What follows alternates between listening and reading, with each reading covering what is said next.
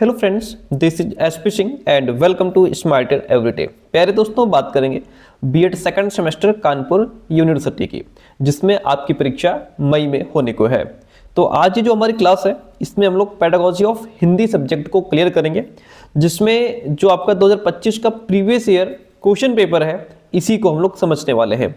ये previous year question paper के माध्यम से आप ये समझ पाएंगे कि अभी जो मई में आपकी परीक्षा होने को है, उसमें पेडागोजी ऑफ हिंदी का क्वेश्चन पेपर किस तरीके से आएगा और किस तरीके से क्वेश्चंस पूछे जाएंगे, किस तरीके से आपको तैयारी करनी चाहिए। ये जो क्वेश्चंस आप देख पा रहे हैं, ये 2025 का क्वेश्चन पेपर है ये, ठीक है। इन्हीं क्वेश्चंस को आज हम समझने वाले हैं।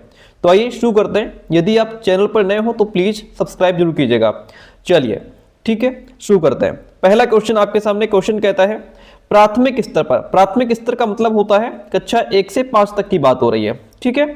आपको ध्यान रखना है, अगर प्राथमिक स्तर पूछे तब आंसर अलग हो जाएगा, उच्च प्राथमिक पूछे और माध्यमिक पूछे तो इस हिसाब से, क्योंकि जैसे भाई प्राथमिक स्तर पर बच्चा हमारा कक्षा 1 से 5 तक है, उसके बाद जूनियर स्तर पर कक्षा 6 से 8 तक हो जाएगा, माध्यमिक स्तर पर जाएगा तो बच्चा 9 से 10 तक का हो जाएगा। उस हिसाब से हमें आंसर करना होता है। तो यहाँ पे प्राथमिक स्तर पर पूछ रहा है, कक्षा 1 से 5 तक का बच्चा है, ध्यान रखिएगा। प्राथमिक स्तर पर कौन सी गतिविधि, कौन सी एक्टिविटी बच्चों की मौखिक अभिव्यक्ति के विकास के रूप में कम प्रभावी है? कौन सी चीज है जो बच्चों के ओरल एक्सप्रेशन में बहुत कम रोल अदा करती है? घटना का वर्णन करना? नहीं, ये तो बहुत अच्छी बात है। जब बालक किसी आंखों देखी घटना का वर्णन करता है तो उसकी जो ओरल एक्सप्रेशन है वो और बेहतर हो जाता है, ठीक है, उसकी मौखिक अभिव्यक्ति और बेहतर होती है। कहानी को शब्दशः दोहराना, देखिए ये हो गया रट्टाफिकेशन की बात, कि बच्चा वर्ड टू वर्ड कहानी को समझा रहा है या ओरली उसको बता रहा है ना, बिल्कुल शब्द, बिल्कुल वर्ड टू वर्ड। ये तो रटने वाली बात होगी कि बच्चे ने रट रखा है, अब उसको वर्ड टू वर्ड बता रहा है, इसका कोई खास प्रभाव नहीं पड़ता है। ओरल मौखिक अभिव्यक्ति में कहानी को अपनी भाषा में कहना बहुत अच्छी बात है, कि आप कहानी, पहले आपने कहानी को समझ लिया, अब उसको अपनी भाषा में कह रहे हो। चित्र दिखाकर कहानी लिखवाना बहुत अच्छी बात है, आपने पहले चित्र दिखा दिया, अब बालक उस चित्र को कहानी में कन्वर्ट कर रहा है, इससे उसकी मौखिक अभिव्यक्ति और बेहतर होगी। तो यहाँ पे सबसे कम प्रभावी क्या हो जाएगा? कहानी को शब्दशः दोहराना, वर्ड टू वर्ड दोहराना। इसका यहाँ पे कुछ खास रोल नहीं है, क्योंकि ये सिर्फ बच्चे के अंदर रट्टाफिकेशन को डेवलप करेगा। Option B is the right one in this question. दूसरा क्वेश्चन आपके सामने है, बच्चों में डैश और डैश के माध्यम से लेखन कौशल का विकास किया जा सकता है। किस किस माध्यम से राइटिंग स्किल जो है वो डेवलप की जा सकती है?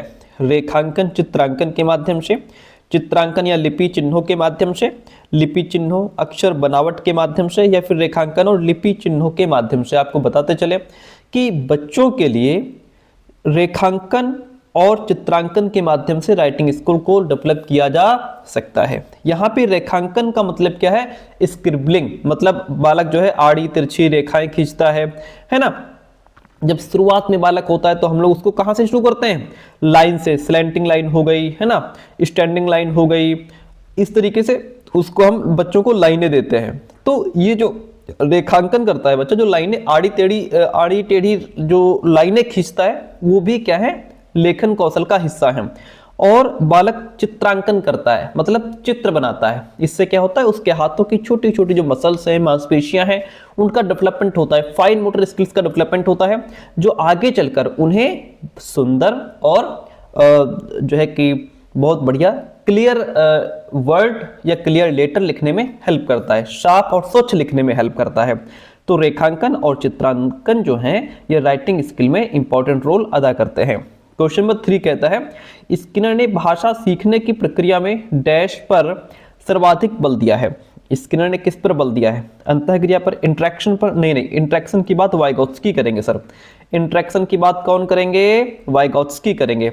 भाषा अर्जन क्षमता की बात नॉम चॉम्स्की करते हैं। अनुकरण या फिर सृजनात्मकता, स्किनर ने जो बल दिया है वो अनुकरण पर बल दिया है सर। किस पर बल दिया है? अनुकरण पर, ठीक है। स्किनर कहते हैं कि जो बालक है वो अपने पेरेंट्स, अपने भाई बहन, आस पड़ोस के लोगों की नकल करके या अनुकरण करके भाषा सीखते हैं। जैसे उसका पेरेंट्स बोलते हैं, भाई बहन, आस पड़ोस में लोग बोलते हैं, वैसे ही बच्चा उनकी भाषा का नकल करके तब वो भाषा सीखता है। ऑप्शन सी यहाँ पे आपका बेस्ट ऑप्शन हो जाएगा। 4 नंबर क्वेश्चन कहता है प्राथमिक स्तर पर, यानी कि कक्षा 1 से 5 तक की बात हो रही है, प्राथमिक स्तर पर भाषाई क्षमताओं का विकास डैश और डैश है और साहित्य डैश है। बताओ भाई क्या हो जाएगा?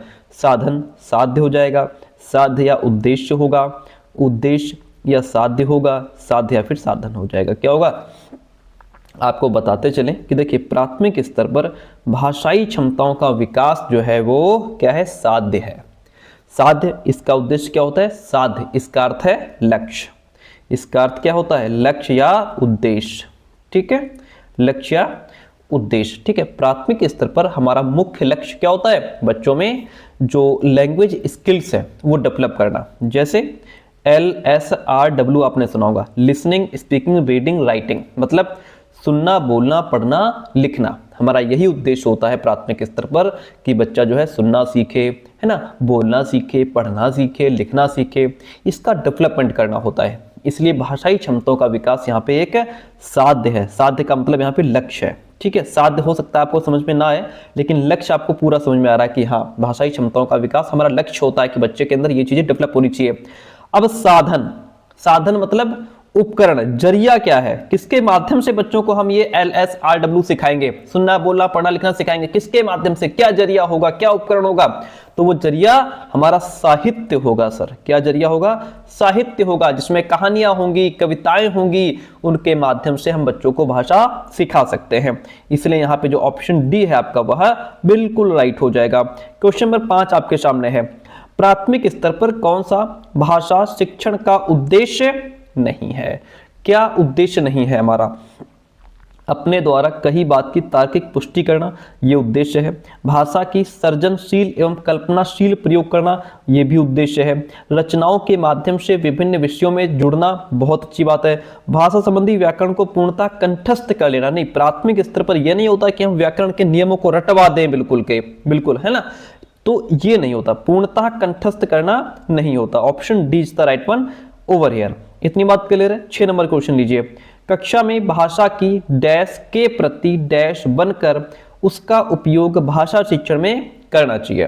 देखिए किसका? विविधता विद्वान का, विविधता संवेदनशील, संवेदनशीलता कठोर, एक रूपता संवेदनशील। क्या हो जाएगा? कक्षा में भाषा की विविधता। भाई आपकी क्लास में अलग अलग तरह की भाषा बोलने वाले बच्चे होते हैं, है ना। कोई अपना हिंदू बच्चा है वो अपने घर की भाषा बोलता है, पंजाबी बच्चा है वो अपने घर की भाषा बोल सकता है। ठीक है, जो बालक जैसा उसका बैकग्राउंड है वो भाषा बोलेगा। तो मतलब आपके क्लास में कई सारी भाषाओं को बोलने वाले बच्चे होते हैं, तो ये भाषा की विविधता होती है। हमें क्या करना है? उसके प्रति संवेदनशील बनना है। मतलब हम किसी बच्चे की भाषा की उपेक्षा नहीं करेंगे, सबको बराबर सम्मान देंगे, सबको मिला करके और फिर बच्चों को हम सिखाएंगे, पढ़ाएंगे। तो संवेदनशील बन करके उसका उपयोग करेंगे हम। किसको? लैंग्वेज टीचिंग में उसका उपयोग करेंगे। कैसे आप मातृभाषा को जो है कि उसका शिक्षण में, पढ़ाने में कैसे उपयोग कर सकते हैं? तो हमें क्या करना है? संवेदनशील बनना है, सभी भाषाओं का सम्मान करना है। Option B is the right one over here. Question number 7 आपसे कहता है, प्राथमिक स्तर पर पढ़ना सीखने में सबसे कम महत्वपूर्ण क्या है? पढ़ना सीखने में सबसे कम महत्वपूर्ण क्या है? अनुमान लगाना, अक्षरों की पहचान तो बहुत इंपॉर्टेंट है भाई। पढ़ना सीख रहा है बच्चा, रीडिंग सीख रहा है, जब तक अक्षरों की पहचान नहीं होगी तो रीडिंग कैसे कर पाएगा? ये तो बहुत इंपॉर्टेंट है सर। संदर्भ के अनुसार अर्थ निकालो, ये भी बहुत इंपॉर्टेंट है। पढ़ने के पीछे का हमारा उद्देश्य क्या है? ये भी अच्छी चीज है। अनुमान लगाना, यहाँ पे बच्चा पढ़ना सीख रहा है, अनुमान लगाना ये नहीं सीख रहा है। तो पढ़ना सीखने में सारी चीजें इंपॉर्टेंट, लेकिन अनुमान लगाना यहाँ पे ये बहुत कम महत्वपूर्ण है। इसलिए ऑप्शन जो ए है वह आपका राइट हो जाएगा। नेक्स्ट क्वेश्चन, क्वेश्चन नंबर 8 आपसे कहता है, देखिएगा, लिखना और पढ़ना सीखने के संदर्भ में कौन सा कथन सबसे उपयुक्त है? किसमें? लिखना और पढ़ना सीख रहा है बच्चा, ध्यान रखिएगा। लिखना और पढ़ना सीखने के संदर्भ में कौन सा कथन सबसे सही है? पढ़ना सीखने की तुलना में लिखना सीखना जटिल है, या फिर लिखना सीखने की तुलना में पढ़ना सीखना ज़्यादा कठिन है? दोनों कौशल एक एक करके सीखे जाते हैं कि ये कहाँ की बात है भाई कि पहले लिखना सीख रहे हो अब बाद में पढ़ना सीखेगा? नहीं, दोनों साथ में चलते हैं।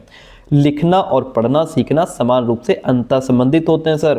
क्या होते हैं? इंटर रिलेटेड होते हैं। भाई आपको पता है कि भाषा के 4 कौशल होते हैं, सुनना, बोलना, पढ़ना, लिखना, जिसको अभी हमने कहा था LSRW, listening, speaking, reading, writing. ये भाषा के 4 कौशल होते हैं, एक दूसरे से अलग नहीं है कि बच्चा पहले सुनना सीखेगा साल भर, फिर साल भर बोलना सीखेगा, फिर साल भर पढ़ना सीखेगा।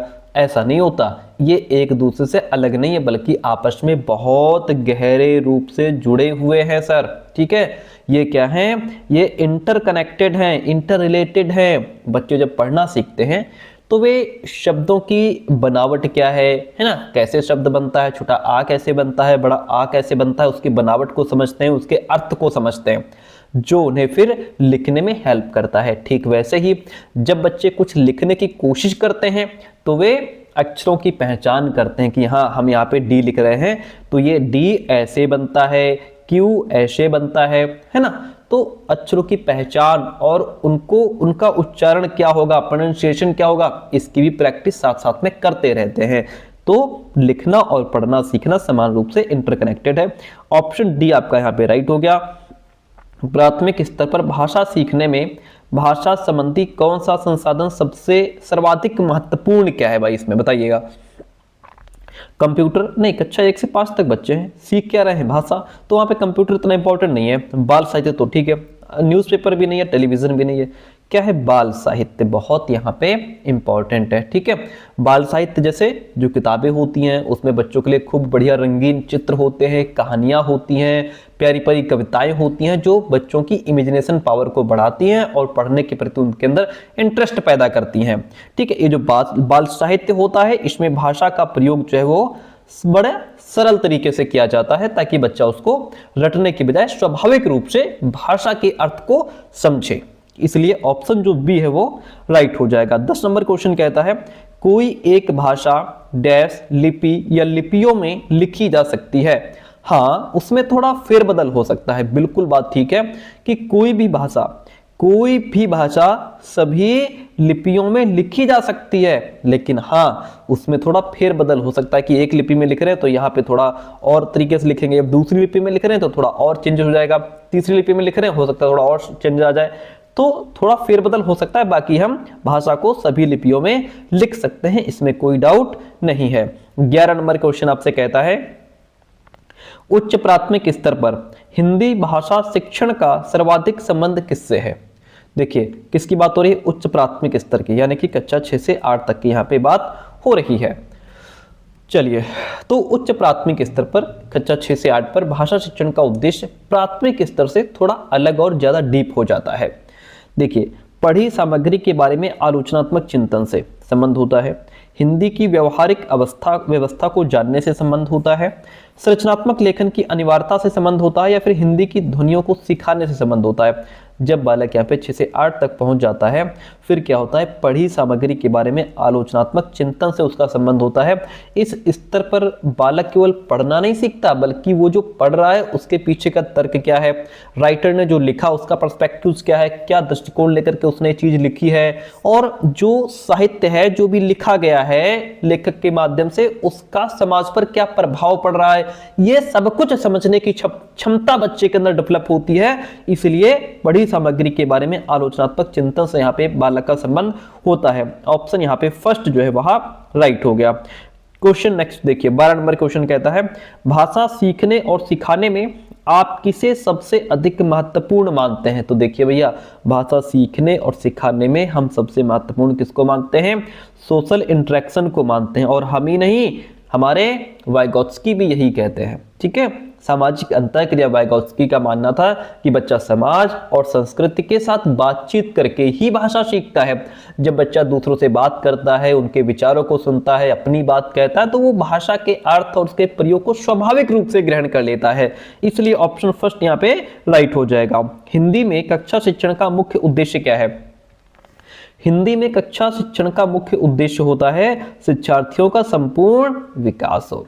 अब भाई संपूर्ण विकास, होलिस्टिक डेवलपमेंट, इसमें केवल सब्जेक्ट का ज्ञान ही नहीं बल्कि विद्यार्थी का मानसिक विकास हो, बौद्धिक विकास हो, सामाजिक विकास हो, संवेगात्मक विकास हो, हर तरीके से बच्चे का डेवलपमेंट होना चाहिए। भाषा शिक्षण के माध्यम से बालक समाज से जुड़ता है, अपनी भावनाएं प्रकट करना सीखता है और अपनी समझ डेवलप करता है। तो कक्षा शिक्षण, हिंदी में कक्षा शिक्षण का मुख्य उद्देश्य बच्चे का होलिस्टिक डेवलपमेंट है कि हर तरीके से बच्चे का डेवलपमेंट होना चाहिए। नेक्स्ट क्वेश्चन, विद्यार्थी भाषण किसे कहा जाता है, बताइएगा। विद्यार्थी के द्वारा विषय को स्पष्टता से बोलना, विद्यार्थी के द्वारा ध्यान केंद्रित करना, विद्यार्थी के द्वारा लिखना या विद्यार्थी के द्वारा स्वाध्याय करना। बताइए विद्यार्थी भाषण किसे कहा जाता है। अब यहाँ पे आपको बता दें कि शब्द यहाँ पे क्या लिखा है सर, शब्द लिखा है भाषण। क्या लिखा है, भाषण। भाषण का सीधा संबंध हमारे बोलने से होता है, यानी कि स्पीकिंग से होता है। ठीक, अब विद्यार्थी भाषण का अर्थ क्या है, जो बालक है वो किसी भी टॉपिक पर अपने विचारों को क्लियरली और बहुत इफेक्टिव तरीके से प्रेजेंट कर रहा है, अपने विचारों को बड़ा ही क्लियरली शुद्ध तरीके से प्रभावशाली ढंग से दूसरों के सामने प्रस्तुत कर सके। ये भाषा का क्या हो जाएगा, ओरल स्किल का हिस्सा भी है। और विद्यार्थी के द्वारा विषय को स्पष्टता से बोलना, यही विद्यार्थी भाषण कहलाता है। इतनी बात क्लियर है, बहुत बढ़िया। इसी तरीके के क्वेश्चंस आपसे पूछे जाने वाले हैं। कक्षा शिक्षण में सामूहिक शिक्षण का उद्देश्य क्या है। जो सामूहिक शिक्षण होता है, ग्रुप में जो पढ़ाया जाता है, उसका उद्देश्य क्या होता है। शिक्षार्थियों को अकेले काम करना सिखाना, नहीं, सामूहिक की बात हो रही है। जब बच्चा ग्रुप में सीखेगा तो अकेले काम करना सिखाना नहीं है। समूह में सहयोग और समर्थन को बढ़ावा देना, ये तो बात बिल्कुल ठीक है। विषय की अधिक जानकारी देना, शिक्षार्थियों को परीक्षा की तैयारी कराना, नहीं। सामूहिक शिक्षण का उद्देश्य क्या होता है, कक्षा में सहयोग मतलब कोऑपरेशन। जब बच्चे ग्रुप में काम करते हैं तो वो एक दूसरे की हेल्प करना और मिलकर के किसी भी प्रॉब्लम का सॉल्यूशन निकालना सीखते हैं, एक दूसरे को सपोर्ट करते हैं। भाई ग्रुप में कुछ बच्चे ज़्यादा समझदार होते हैं, बड़ा होशियार होते हैं, तो वो बच्चे दूसरे को सपोर्ट करते हैं, है ना, उन्हें सिखाते हैं, उनकी हेल्प करते हैं, जिससे पूरी क्लास में जो है जो लर्निंग लेवल है वो इम्प्रूव होता रहता है। इसलिए यहाँ पे जो बी ऑप्शन है वह आपका बिल्कुल बेस्ट ऑप्शन हो जाएगा। भाषा शिक्षण के लिए सबसे अधिक महत्वपूर्ण क्या है। भाषा शिक्षण के लिए सबसे अधिक महत्वपूर्ण पुस्तकों का उपयोग है, नहीं।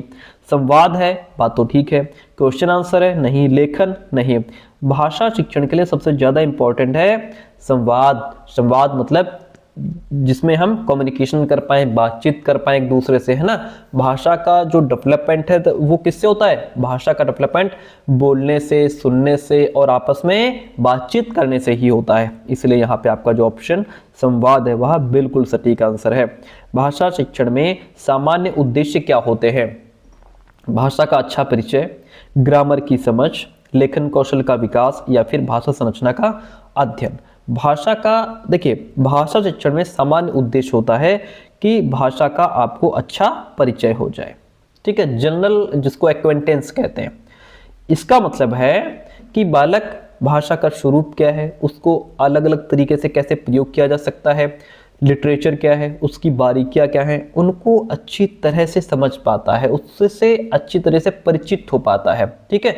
इसमें हमारा सुनना, बोलना, पढ़ना, लिखना सब चीजें इंक्लूड हो जाती हैं, ठीक है। तो कुल मिलाकर के ऑप्शन जो ए है वह राइट हो जाएगा। 18 नंबर क्वेश्चन कहता है प्राथमिक स्तर पर हिंदी भाषा शिक्षण का मुख्य उद्देश्य क्या है। कक्षा 1 से 5 तक व्याकरण का सुधार करना, नहीं, छोटे बच्चों को इतना हम व्याकरण नहीं पढ़ाते हैं। सही उच्चारण सिखाना कि बच्चा अच्छे से बोल सके, ठीक है, आंसर तो ठीक है। भाषा के समर्थन में क्षमता विकसित करना, ये भी आंसर ठीक है। कथाओं और कविताओं का महत्व बताना, नहीं, इतना हम इंपॉर्टेंस नहीं बताते कि कथा का क्या महत्व, कविताओं का नहीं। देखिए ये भी ऑप्शन ठीक है, ये भी ठीक है कि भाई सही उच्चारण सिखाना कि बच्चा प्रॉपर शब्द को बोलना सीखे। लेकिन उससे भी ज्यादा इंपॉर्टेंट हो जाता है क्षमता विकसित करना बच्चे के अंदर, भाषा के समर्थन में क्षमता विकसित करना, डेवलपिंग प्रोफिशिएंसी जिसको कहते हैं। इसका मतलब यह है कि बालक अलग अलग सिचुएशंस में, अलग अलग संदर्भों में अपनी बात कह सके, दूसरों की बात समझ सके। प्राथमिक स्तर पर भाषा के चारों कौशल, सुनना, बोलना, पढ़ना, लिखना का इसी तरह डेवलप किया जाता है कि बच्चा भाषा को सहजता से उपयोग करना सीख पाए। इसलिए ऑप्शन जो सी है वो यहाँ पे बिल्कुल ठीक हो जाएगा। 19 नंबर क्वेश्चन कहता है माध्यमिक स्तर पर हिंदी भाषा शिक्षण का उद्देश्य क्या है। माध्यमिक स्तर का मतलब होता है कक्षा 9 और 10 की यहाँ पे बात हो रही है, ठीक है। तो माध्यमिक स्तर पर हिंदी भाषा शिक्षण का उद्देश्य क्या है, भाषा के साहित्यिक महत्व को समझना, भाषा के विभिन्न रूपों को समझना, लेखन कौशल को विकसित करना या फिर सभी विद्यार्थियों को हिंदी में अभियांत्रिकी के लिए प्रशिक्षित करना। आपको बताते चले कि माध्यमिक स्तर पर भाषा शिक्षण का जो उद्देश्य है वो है भाषा के साहित्यिक महत्व को समझना, यानी कि यहाँ पे जैसे जब बच्चा माध्यमिक स्तर पर पहुँचता है तो बाकी चीज़ें तो वो सीख ही गया है, सुनना बोलना पढ़ना लिखना तो सीख गया, लेकिन अब इस स्तर पर उसका मुख्य उद्देश्य क्या है कि साहित्य की जो अलग अलग विधाएं होती हैं, जैसे कहानी हो गया, कविता हो गई, नाटक हो गया, निबंध हो गया, इसको पूरी तरीके से समझ पाए। ठीक है, इसको कैसे लिखा जाता है, नाटक कैसे लिखी जाती है, निबंध कैसे लिखा जाता है ना, कहानी कैसे लिखी जाती है, समाज पर इसका क्या महत्व पड़ता है, इन सभी चीज़ों को वो समझ पाए। इसलिए ऑप्शन फर्स्ट राइट हो जाएगा। 20 नंबर क्वेश्चन कहता है हिंदी भाषा की प्राथमिक शिक्षा के दौरान किस बात का ध्यान रखना चाहिए। हिंदी भाषा की प्राथमिक शिक्षा के दौरान समृद्ध शब्दावली का विकास हो, बहुत बढ़िया, वाक्य निर्माण का सही तरीका बालक सीखे, ठीक है, सही वर्तनी का लाभ, ये सारी चीजें हम बच्चों को यहाँ पे इन सब चीजों का ध्यान रखेंगे, इसलिए ऑप्शन डी राइट हो जाता है। 21 नंबर क्वेश्चन लीजिए, माध्यमिक स्तर पर हिंदी भाषा के शिक्षण कार्य में क्या महत्वपूर्ण है। देखिएगा, साहित्यिक रचनात्मकता को बढ़ावा देना, हाँ भाई माध्यमिक स्तर पर बच्चा का अच्छा 9 से 10 तक का है तो हम क्रिएटिविटी को बढ़ावा देंगे। संवादात्मक कौशल को विकसित करना कि बच्चा कम्युनिकेट कर पाए, अपनी बात कह पाए, दूसरे के विचारों को समझ पाए, तो वो एक जो वार्तालाप है वो डेवलप हो बच्चे के अंदर। विद्यार्थियों की भाषा संवेदनशीलता को बढ़ाना, उपयुक्त सभी, तो कुल मिलाकर के यहाँ पे सारे ही ऑप्शन हमारे ठीक हो जाते हैं, इसलिए ऑप्शन डी राइट हो गया।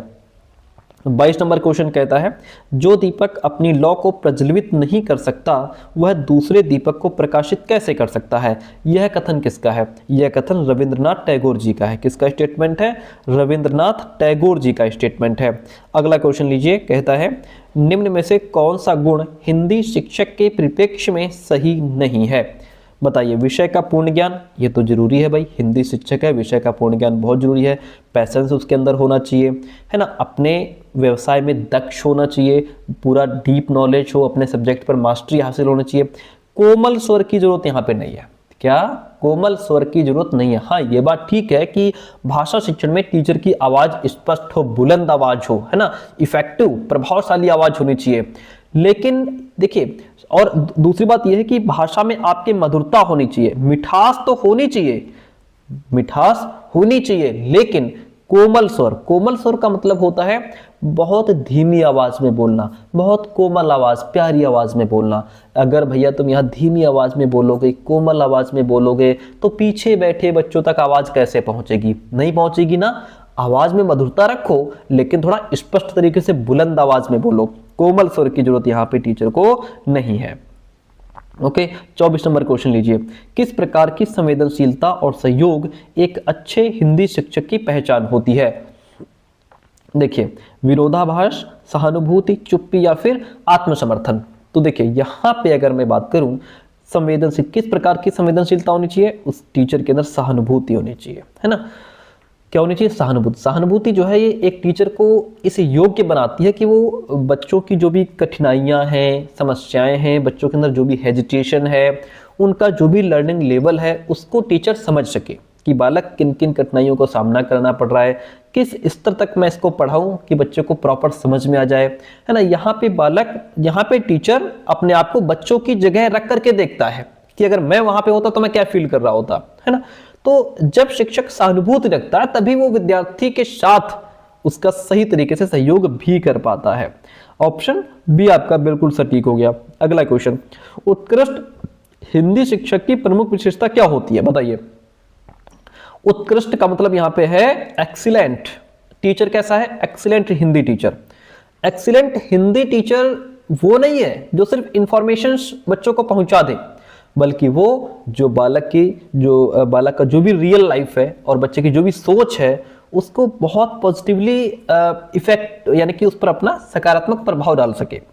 टीचर यहाँ पे प्रेरणादायी होना चाहिए सर, इंस्पिरेशनल टीचर होना चाहिए, ठीक है, जो बच्चे के अंदर एक उत्साह जागृत कर पाए, बच्चे को सीखने के लिए इंस्पायर कर पाए, प्रेरित कर पाए, ठीक है। ऑप्शन डी राइट हो गया। इतनी बात क्लियर है। हाँ, आपको बताते चले प्यारे दोस्तों कि हम पेड नोट्स भी प्रोवाइड कराते हैं और बहुत बड़ी संख्या में स्टूडेंट्स ने नोट्स लेकर के अपनी पढ़ाई शुरू भी कर दी है, ठीक है। और आपसे एक बात ये भी कहना चाहिए कि आप लोग नोट्स जब पेमेंट कर देते हो तो उसके बाद 30 से 40 मिनट वेट करा करिए, क्योंकि बहुत ज्यादा मैसेज होते हैं, तो जो पहले जिस बच्चे का पेमेंट आया उसको पहले देखना होता है, ठीक है। तो 30 से 40 मिनट तक अगर आपको रिप्लाई नहीं मिलता है फिर आप मैसेज कीजिए। बहुत बड़ी संख्या में नोट्स ले रहे हैं बच्चे, तो आपने अगर अभी तक नहीं लिया है तो फटाफट इस नंबर पे 9628182649 पर व्हाट्सअप मैसेज कीजिए। उसमें लिखिए कि सर हमारे टीचिंग सब्जेक्ट ये हैं। जो भी आपका टीचिंग सब्जेक्ट हो, हिंदी हो, एसएसटी हो, हाँ हिंदी पढ़ रहे हो तो हिंदी तो होगा ही होगा, साथ में सोशल साइंस भी आपका होगा, ठीक है। तो टीचिंग सब्जेक्ट लिख करके व्हाट्सअप करिए कि सर हमारे टीचिंग सब्जेक्ट ये हैं, हम यूनिवर्सिटी कानपुर से हैं, हमें नोट्स चाहिए। आपको कंप्लीट प्रोसेस भेज दिया जाएगा और फिर आप जैसा ही फीस पे करके स्क्रीनशॉट भेजेंगे आपको नोट्स फॉरवर्ड कर दिए जाएंगे, ठीक है। ये नंबर है। अच्छा, हम लोग हिंदी पढ़ रहे हैं तो हिंदी के नोट्स किस तरीके के होंगे एक बार मैं आपको दिखा देता हूं। देखिए यहाँ पे क्या लिखा है, Kanpur university BEd second semester new syllabus based notes updated by SP sir, यानी कि हमारे द्वारा अपडेट किए गए हैं ये। और पेडागोजी ऑफ हिंदी लैंग्वेज आपका सब्जेक्ट है, हिंदी शिक्षण, और ये इसके शॉर्ट नोट्स होंगे। शॉर्ट नोट्स मतलब कम से कम शब्दों में आप बेहतर पढ़ सकते हैं, ठीक है। ये आपके शॉर्ट नोट्स हैं, यानी कि छोटे छोटे पॉइंट्स में चीजें क्लियर हैं। ओके, रीतिकाल क्या है, आधुनिक काल क्या है, और भाषा का अर्थ क्या है। ओके, ये भाषा से रिलेटेड कितने ही क्वेश्चंस पूछे गए हैं। अभी तक हम लोग जो शुरुआत से पढ़ रहे हैं 25 क्वेश्चन भाषा से ही रिलेटेड हैं। मातृभाषा का क्या अर्थ होता है ना, ये चीजें, ये क्या है, सब शॉर्ट में लिखा हुआ है। सस्वर वाचन का क्या अर्थ है, ओके। और दूसरे देखिए, विधिवाचक वाक्य क्या होता है, निषेधवाचक, प्रश्नवाचक, आज्ञावाचक, संदेहवाचक, ये क्वेश्चन सभी हमको आगे मिलेंगे सब, ठीक है। और वाक्य के अंग, वाक्य के 2 अंग होते हैं, उद्देश्य और विधेय। माइक्रो टीचिंग से रिलेटेड क्वेश्चन आपसे पूछा जाएगा। पाठ्यपुस्तक क्या होती है ना, ये देखिए यहाँ पे चीजें बहुत सरल तरीके से लिखी गई हैं। अंग्रेजी का बुक शब्द जर्मन के बीक शब्द से उत्पन्न माना जाता है, जिसका अर्थ होता है वृक्ष। फ्रांसीसी भाषा में इसका संबंध वृक्ष की छाल या तख्ती पर लिखने से होता है। ये शॉर्ट नोट्स हैं, ठीक है। शॉर्ट नोट्स के बाद नेक्स्ट आपका आता है pedagogy of Hindi language MCQs PYQs, ठीक है। यहाँ पे आपको एमसीक्यूज पीवाईक्यूज मिल जाएंगे क्योंकि आपका एग्जाम ऑब्जेक्टिव होने को है। अब यहाँ पे देखिए प्रीवियस ईयर क्वेश्चन पेपर, आप 2022 का प्रीवियस ईयर क्वेश्चन पेपर आपको मिल जाता है, और 2022 के बाद 2023 आएगा। यहाँ से आपका 2023 तक प्रीवियस ईयर क्वेश्चन पेपर लगा हुआ है, तो यहाँ से आप ये भी समझ पाएंगे कि किस तरीके से क्वेश्चन पूछे जाते हैं। और जो भी आपका आंसर राइट है, क्वेश्चन लिखा है, फिर उसका आंसर राइट आंसर जो है वो हाईलाइट किया गया है ताकि आपको पढ़ने में दिक्कत ना हो, ठीक है। अब इसके बाद यहाँ पे नीचे आपको मिलता है, ये देखिएगा प्रीवियस ईयर क्वेश्चन पेपर, आप 2024 का प्रीवियस ईयर क्वेश्चन पेपर लगा हुआ है, ओके। और इसके बाद 24 के बाद आपको यहाँ से आगे 2025 का प्रीवियस ईयर क्वेश्चन पेपर देखिए, ये देखिए जो क्वेश्चन आज हम लोग पढ़ रहे हैं वो यहाँ से देखिए, ये रहा प्रीवियस ईयर क्वेश्चन पेपर आप 2025, ये पीवाईक्यूज लगे हुए हैं। और 2025 के बाद फिर आगे इंपॉर्टेंट क्वेश्चंस का कलेक्शन भी होगा, मैं आपको दिखा देता हूँ एक बार। ये देखिए यहाँ पे 2025, अब देखिए यहाँ से इंपॉर्टेंट एमसीक्यूज का कलेक्शन शुरू हो जाता है। और सबसे बड़ी बात, मार्केट में जो क्वेश्चन बैंक आता है इजी नोट्स, जैसे ये देखिए CSJM यूनिवर्सिटी कानपुर, इसका ये इजी नोट्स है, ठीक है। और ये आप देख पा रहे होंगे 2026 का लेटेस्ट जो क्वेश्चन बैंक आया है ये उसी की PDF है। ये भी हम आपको प्रोवाइड करा देते हैं, साथ में अपने नोट्स तो देते ही देते हैं, साथ में ये इसकी भी PDF हम आपको भेज देते हैं ताकि आपको बाहर पैसा खर्च ना करना पड़े और आप आसानी से सब एक ही जगह आपको सारा मटेरियल मिल जाए। देखिए इसमें हमने पहले ही टिक करवा दिए हैं, क्वेश्चन का राइट आंसर क्या है, क्वेश्चन है फिर उसका राइट आंसर, क्वेश्चन है फिर उसका राइट आंसर, ठीक है, ताकि आपको पढ़ने में दिक्कत ना हो। और इसका जो भी आंसर सीट है वो भी इसमें नीचे दी गई होगी, ओके। ये देखिए ये भी हमने साथ में ऐड कर दिया है, तो ये सारा मटेरियल आपको मिल जाएगा। तो ये बात आप समझ गए, ठीक है। इतना सारा सब कुछ मटेरियल आपको एक जगह मिलने वाला है, तो देरी ना करें, इस नंबर पे फटाफट व्हाट्सअप करिए और नोट्स लेकर के पढ़ाई शुरू कर दीजिए। चलिए देखिएगा, क्वेश्चन नंबर 26 आपसे कहता है कि किस प्रकार का संबंध छात्र और शिक्षक के बीच एक अच्छे शिक्षण पर अधिक प्रभावशाली होता है, सामंजस्य, संघर्ष, संवाद या फिर संवादात्मक। तो देखिए किस प्रकार का संबंध होना चाहिए, संवादात्मक होना चाहिए, जिसमें छात्र और टीचर बराबर उनके बीच बराबर विचारों का आदान प्रदान होता रहे, है ना। छात्र अपने डाउट्स क्लियर करते रहें, टीचर उनको समझाता रहे, तो इस तरीके का जो शिक्षण होगा संवादात्मक, जिसमें बराबर बातचीत होती रहे, वो बेस्ट होता है। 27 नंबर क्वेश्चन कहता है एक अच्छे हिंदी शिक्षक की पहचान किस गुण से होती है। जो एक अच्छा हिंदी शिक्षक होता है उसके अंदर संवेदनशीलता होती है, स्नेहपूर्ण व्यवहार होता है और बढ़िया अपने सब्जेक्ट में मास्टरी हासिल होती है। तो कुल मिलाकर के ये सारे ही क्वालिटीज एक अच्छे हिंदी टीचर की होती हैं। 28 नंबर क्वेश्चन, एक पाठ को प्रभावी बनाने के लिए कौन सी शिक्षण युक्ति उपयोगी होती है। आप चैप्टर को बहुत इफेक्टिव बनाना चाहते हैं, बढ़िया बनाना चाहते हैं, तो चैप्टर में उसमें प्रश्नोत्तरी भी होनी चाहिए, बीच बीच में क्वेश्चन आंसर पूछते रहो, इंटरेस्टेड कहानियां हो, है ना, क्लियर उसमें विवरण होना चाहिए। तो कुल मिलाकर के सारी चीजें जो है पाठ को प्रभावी बना देती हैं। Option D is the right one over here. Next question कहता है शिक्षक किस योजना को अपना अपना कर विद्यार्थियों को समझाने में मदद कर सकते हैं। किस योजना को अपना करके? तो आपको बता दें कि शिक्षक जो है वो पाठ योजना को अपना करके, जिसको हम लोग लेसन प्लान कहते हैं। ठीक है, आप लोग बीएड सेकंड सेमेस्टर में, तो हो सकता है अभी आपकी टीचिंग वगैरह कॉलेज में ना लगी हो, लगेगी। ठीक है, थर्ड सेमेस्टर में आपसे फाइल वगैरह बनवा करके, लेसन प्लान बनवा करके कॉलेज में जमा करवाया जाएगा। तब आप सीख पाएंगे कि हाँ लेसन प्लान किस तरीके से बनता है।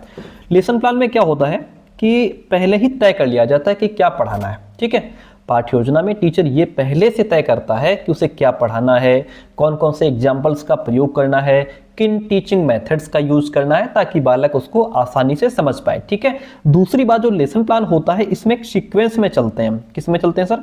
एक क्रम में चलते हैं। ठीक है, जैसे यहाँ पे टीचर जो है टॉपिक को सरल से कठिन की तरफ लेकर के चलता है, मतलब सिंपल टू कॉम्प्लेक्स। ओके, जिससे विद्यार्थियों को चीजें समझना आसान हो जाती हैं। और इसमें सबसे बड़ी बात ये भी होती है कि ये पूरा एक प्लान तैयार कर लिया जाता है। ठीक है, जैसे टीचर को ये भी पता रहता है कि हमें किस पॉइंट पर कितने समय तक रुकना है, किस पॉइंट पर कितना टाइम देना है, और कहाँ कहाँ पे बच्चों से क्वेश्चंस हमें पूछने हैं, ताकि उनकी अंडरस्टैंडिंग चेक की जा सके कि बालक चैप्टर को कितने अच्छे से समझ पा रहा है। तो ये सारी चीजें हमारी पाठ्य योजना में आ जाती हैं। ओके, ऑप्शन फर्स्ट यहाँ पे राइट हो जाता है। 30 नंबर क्वेश्चन, हिंदी शिक्षण के लिए सबसे महत्वपूर्ण तत्व कौन है? हिंदी शिक्षण के लिए सबसे महत्वपूर्ण क्या है? व्याकरण नहीं, व्याकरण नहीं, पाठ्यक्रम, सिलेबस या किताबें या फिर स्पष्ट उद्देश्य। सबसे बड़ी चीज है भैया कि उद्देश्य क्लियर होना चाहिए। क्या उद्देश्य लेकर के आप बच्चों को टीच कर रहे हो, पढ़ा रहे हो, तो स्पष्ट उद्देश्य जो है वो सबसे महत्वपूर्ण तत्व माना जाता है। एक अच्छे हिंदी शिक्षक को किस प्रकार की प्रेरणा चाहिए? जो छात्रों की अभिरुचि को बढ़ाने में सहायक होती है। कैसी भी प्रेरणा चाहिए? तो उसको निरंतर अभिप्रेरणा चाहिए, कंटिन्यूअस। टीचर कंटिन्यूअस अपने आप भी प्रेरित हो, बच्चों को भी इंस्पायर करता रहे। ऑप्शन फर्स्ट यहाँ पे राइट हो जाता है। हिंदी शिक्षण में उत्तम स्तर क्या है? सेल्फ स्टडी, समालोचना, संवाद, या फिर ये सारे ही? आपको बताते चले कि हिंदी शिक्षण में समालोचना जो है यहाँ उत्तम स्तर माना गया है। ये जो है हायर ऑर्डर थिंकिंग स्किल्स के अंतर्गत आता है, यानी कि ये हमारा हॉट्स के अंतर्गत आता है। जब बालक किसी भी कंटेंट को पढ़ करके उसका एनालिसिस करता है, उसके गुण को देखता है, उसके दोषों को परखता है, कमियों को जांचता है और उस पर अपनी राय देता है, वो भी लॉजिकली, तब वो भाषा के इवैल्यूएशन के लेवल पर होता है, जो कि हमारा समालोचना होता है। ठीक है, ऑप्शन बी राइट हो जाएगा। यहाँ पे बालक चीजों को एज इट इज एक्सेप्ट नहीं करता, उस पर अपनी राय देता है, उसको अपने तरीके से समझता है। 33 नंबर क्वेश्चन कहता है किस शिक्षण युक्ति में विद्यार्थियों के संवाद को बढ़ावा दिया जाता है? गतिशील शिक्षण युक्ति में, पाठ्यक्रम योजना में, स्पष्ट उद्देश्य में, या सभी में? किस शिक्षण युक्ति में विद्यार्थियों के संवाद को बढ़ावा दिया जाता है? बालक कहाँ संवाद करता है, बातचीत कहाँ करता है? तो वो करता है हमारा गतिशील शिक्षण में, मतलब डायनामिक टीचिंग में। ठीक है, ये टीचिंग की वो विधि है, वो मेथड है जिसमें बालक एक्टिव होकर के सीखता है। ठीक है, गतिशील शिक्षण की बात करें तो इसमें बालक केवल पैसिव लिसनर नहीं होता कि बस चुपचाप बैठ करके सुन रहा है, बल्कि यहाँ पे बालक जो है एक्टिविटीज में पार्टिसिपेट करता है। ग्रुप डिस्कशन, डिबेट्स हो गया, रोल प्ले हो गया, है ना, इन सब चीजों में एक्टिव होकर के पार्टिसिपेट करता है और आपस में संवाद करता है, बातचीत करता है, और बालक यहाँ पे बेहतर सीखता है। ये हमारा 2 वे प्रोसेस होता है, इसको 2 वे प्रोसेस भी कहते हैं सर। क्या कहते हैं? 2 वे प्रोसेस भी कहते हैं, क्योंकि इसमें जो है टीचर और बालक के बीच बराबर विचारों का आदान प्रदान होता रहता है। ठीक है, और टीचर क्वेश्चन पूछ रहा है, बच्चे आंसर दे रहे हैं, बच्चे अपने डाउट्स पूछ रहे हैं, तो टीचर आंसर दे रहा है, इस तरीके से ऑप्शन फर्स्ट राइट हो जाएगा। 34 नंबर क्वेश्चन, किस उपकरण का प्रयोग शिक्षण को रोचक और समझने योग्य बनाने के लिए किया जाता है? गतिशीलता, खेल, टेक्नोलॉजी, या फिर इन सभी का? आपको बता दें, देखिए उपकरण, यहाँ पे उपकरण पूछ रहा है सर, उपकरण मतलब टूल पूछ रहा है। देखिए गतिशीलता और खेल ये दोनों मेथड्स हैं। ये क्या है सर? ये दोनों मेथड्स हैं, दोनों विधियां हैं। ठीक है, जैसे बच्चों को खेल विधि से सिखा रहे हो, गतिशीलता विधि से सिखा रहे हो, ये शैली है, ये स्टाइल है, उपकरण नहीं है। उपकरण क्या है? टेक्नोलॉजी हमारा उपकरण है, जिसके अंतर्गत हमारे जो जैसे प्रोजेक्टर के माध्यम से आप बच्चों को सिखा रहे हो, कंप्यूटर के माध्यम से, स्मार्ट बोर्ड के माध्यम से, इंटरनेट के माध्यम से, ऑडियो विजुअल के माध्यम से, कि बच्चा सामने देख भी रहा है, सुन भी रहा है, इस तरीके से ये चीजें जो है टीचिंग को बहुत इंटरेस्टेड बना देती हैं। बच्चा इसको जल्दी समझता है। प्रोजेक्टर पर या मान लो स्मार्ट बोर्ड पे जब हम चीज़ों समझते हैं तो सामने हम चीज़ों को देख भी रहे हैं और सुन भी रहे हैं। एक से अधिक इंद्रियों का प्रयोग हो रहा है। जो कुछ सीखेंगे लॉन्ग टर्म के लिए दिमाग में फिट हो जाएगा। ऑडियो विजुअल एड्स, सामने देखो भी सुनो भी। तो ये क्या है उपकरण का प्रयोग, तो वो टेक्नोलॉजी उपकरण का प्रयोग किया जाता है। ओके 35 नंबर देखिएगा, किस योजना का प्रयोग पाठ के विकास में किया जाता है। चैप्टर को डेवलपमेंट के लिए हम लोग किसका करते हैं, पाठ योजना का यूज करते हैं। ठीक है, इसमें टीचर ये तय करता है कि पाठ की शुरुआत कैसे होगी, जैसे प्रस्तावना प्रश्न कैसे पूछे जाएंगे, है ना। क्योंकि प्रस्तावना प्रश्न का मतलब क्या होता है कि हम जो भी टॉपिक पढ़ाने जा रहे हैं वो टॉपिक बच्चों के मुंह से निकलवाना है। हमें नहीं बताना है कि हम क्या टॉपिक पढ़ाने जा रहे हैं। ऐसे क्वेश्चंस पूछ करके चलो, ज्यादा से ज्यादा 5 क्वेश्चन पूछो कि 5वें क्वेश्चन में बच्चे के मुंह से आंसर आ जाए कि हाँ ये टॉपिक आज हम पढ़ाने जा रहे हैं। वो होते हैं प्रस्तावना प्रश्न। ठीक है, तो वो हमारी पाठ योजना हो जाएगी। किस योजना का प्रयोग पाठ के विकास में किया जाता है, पाठ योजना का। ठीक है, तो मैंने बताया ना कि इसमें पाठ की शुरुआत कैसे होगी, जो मेन टॉपिक है या सब्जेक्ट उसको कैसे समझाया जाएगा, प्रेजेंटेशन कैसा होगा, लास्ट में बच्चे की अंडरस्टैंडिंग को कैसे देखा जाएगा। तो ये पूरा प्रोसेस पाठ्य योजना के अंतर्गत ही आ जाता है। 36 नंबर क्वेश्चन, शिक्षा की किस विधि में प्रयोग करने के लिए टीचर्स को उदाहरण देने की आवश्यकता होती है। तो वो है हमारा नवाचारी शिक्षण। सर क्या हो जाएगा, वो क्या हो जाएगा, नवाचारी शिक्षण। देखिए नवाचार का अर्थ होता है कुछ नया करना। नवाचार का अर्थ क्या होता है, कुछ नया करना। जब टीचर क्लास में कोई नई विधि, कोई नई टेक्निक या कोई नया थॉट लेकर के आता है तो बालक के पास उसका कोई प्रीवियस नॉलेज तो होता नहीं है, प्रीवियस एक्सपीरियंस तो होता। आप भाई हमारे सामने कोई नई चीज लेकर के आओ और हमें उसकी पहले से कोई इंफॉर्मेशन नहीं है, तो हम कैसे उसको समझ पाएंगे। तो हम उसको समझेंगे जब आप हमें उससे रिलेटेड पहले कोई उदाहरण दोगे। क्या करोगे सर, पहले आप हमें उसका कोई ना कोई उदाहरण देकर के समझाओगे, तब तो हम आपके उस नए थॉट को, नई चीज को समझ पाएंगे, है ना। तो यहाँ पे क्या है, बच्चे के पास कोई प्रीवियस नॉलेज, कोई प्रीवियस एक्सपीरियंस होता नहीं है। उस नए थॉट को स्पष्ट करने के लिए, उसे प्रयोग करने के लिए उदाहरण ही एकमात्र जरिया होता है। तो उदाहरण देने की आवश्यकता नवाचारी शिक्षण में होती है। इस तरीके से क्वेश्चंस आपके 2025 में पूछे गए थे, 2026 में इसी तरीके से पूछे जाएंगे। भैया पढ़ लोगे तो ठीक है, नहीं तो फिर बैक भी लग सकती है, बच्चों की लग जाती है। एक सफल हिंदी शिक्षक किस गुण को ध्यान में रखता है। जो एक सफल हिंदी शिक्षक होता है वो पाठ्यक्रम नहीं, न तो समालोचना, वो विद्यार्थियों की समझ को ध्यान में रखता है कि कौन बालक, किस बालक की कितनी अंडरस्टैंडिंग है। जो हम पढ़ा रहे हैं वो बच्चों के स्तर के अनुकूल है कि नहीं है। पता लगे बच्चा कक्षा 2 का है, हम उसको कक्षा 6 की किताब पढ़ाने जाएं तो ये जो कक्षा 6 की किताब पढ़ाएंगे ये उसकी समझ से बिल्कुल परे हो जाएगा, है ना। तो बच्चे के स्तर को हमें ध्यान में रखना है, बच्चे की अंडरस्टैंडिंग को ध्यान में रखना है।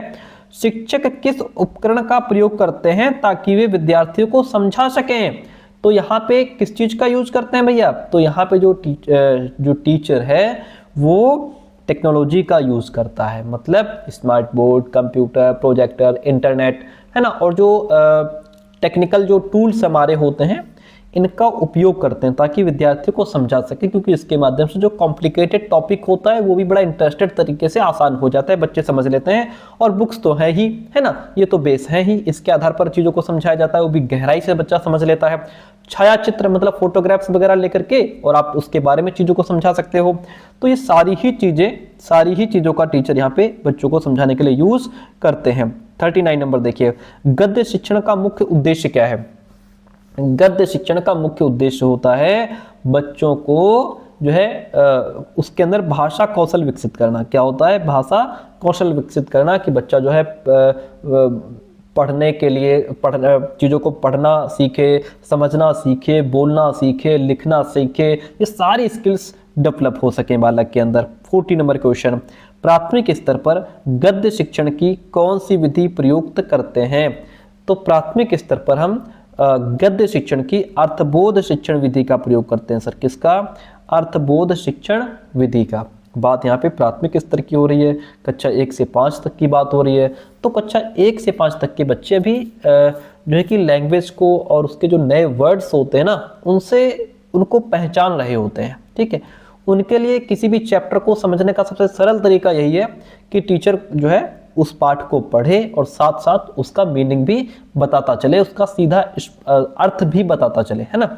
इसे अर्थबोध शिक्षण विधि कहते हैं। इस स्तर पर हमारा मुख्य उद्देश्य बच्चों की वोकेबुलरी जो है उसको बढ़ाना होता है।